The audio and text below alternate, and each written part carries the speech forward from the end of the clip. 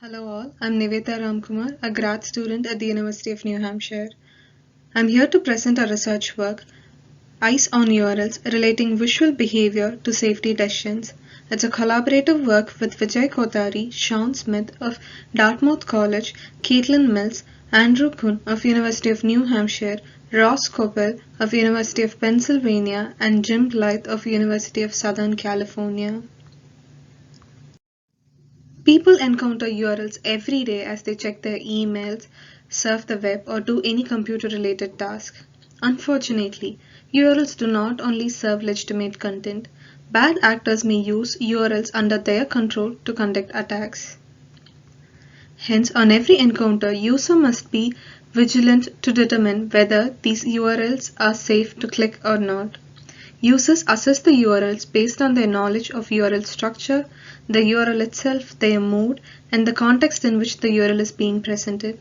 Incorrect evaluation of a URL could expose the individual or their organization to phishing attacks.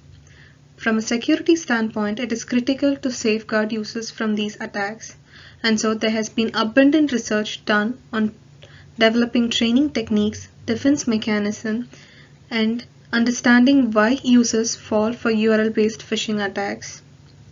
However, there has not been much research done on understanding how users process and interpret the security information presented to them. This user study aims to fill the void by shedding light on the underlying process that users employ to gauge the URL trustworthiness at the time of scanning. Eye tracking provides a window to examine security behavior. This paper is a first step towards developing a model that captures how users visually process security information to gauge URL trustworthiness. Such information can be used to improve security awareness training or to develop better design user interfaces that helps with the decision making. Keeping this in mind, we designed and implemented a user study where participants classified URLs while wearing an eye tracker. We conducted a within-subject experiment with 20 participants. The task is to classify the URLs shown on the screen as safe or unsafe while wearing an eye tracker. The image on the right shows the graphical user interface used in the study. As shown in the image, for every URL, we ask the question, is the web address safe to visit? And the users can respond to it using the two buttons that reads safe and unsafe. Our corpus comprised of 64 URLs presented over 2 sessions. Mood can affect a person's ability to comprehend text and their judgment. To reduce the effect of mood in our study and to improve replicability, we made them watch a neutral video. This process is called neutral mood induction. Also, to calibrate the eye tracker, we used 4-point operator-controlled calibration technique. At the end of the session, they were asked to fill a post-task questionnaire containing questions about their demography and URL awareness. Our corpus comprised of 8 categories of URLs with 8 unique URLs in each category. The corpus is primarily designed to test our hypothesis. The categories are defined by the following 4 features: safety, whether the given URL is safe or not; complexity, presence of www in the beginning of the URL; and the attack type for unsafe URLs.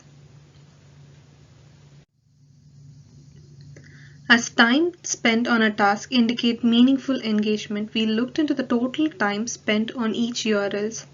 Also, to better understand the distribution of users' visual behavior while they analyze the URL, we defined various areas of interest. The original URL structure classification was proposed by Berners and Lee, and based on that we came up with the AOS discussed in the table. The scheme AOY, that is the HTTPS, specify how to interpret the text following the semicolon. In order to keep uniformity throughout a study, every URL had the same scheme HTTPS and had the same top-level domain, which is .com. The authority AOI specifies the host, port, and other information, whereas the REST AOI includes path or queries, or it can be even empty.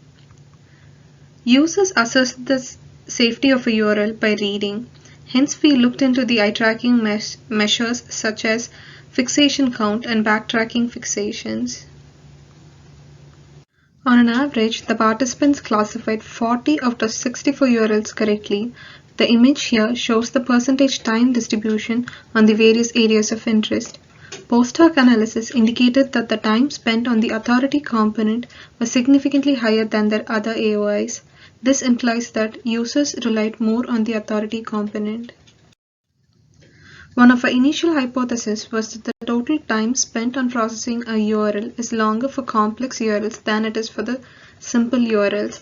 The graph here confirms our hypothesis that as the length increases, the time to classify also increases.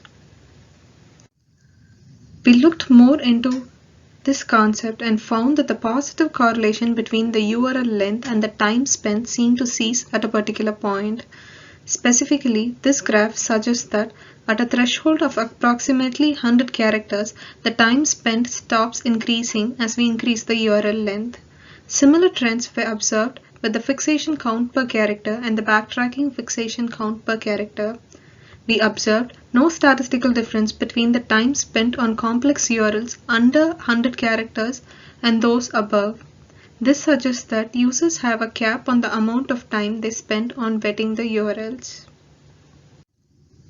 From the results, it's clear that users have a finite budget of resources to classify a URL, and if the resources required to fully process a URL exceeds this budget, the users will not expend it. We did not observe any correlation between the URL length and the score. Participants were more susceptible to unsafe URLs with positive domain names than URLs with negative domain names. Also, findings suggest that participants relied on poor security indicators such as presence of www to gauge URL legitimacy. One limitation of a study is that it's done in a controlled environment under a neutral context. Also, repeatedly asking participants whether URLs were safe is likely to sensitize them to phishing attacks. Having said that, our future work will be to examine the influence of context and mood on the decision-making process. It will be also interesting to study more flavors of URL and examine the effect of new methods like URL shortening techniques. Thank you.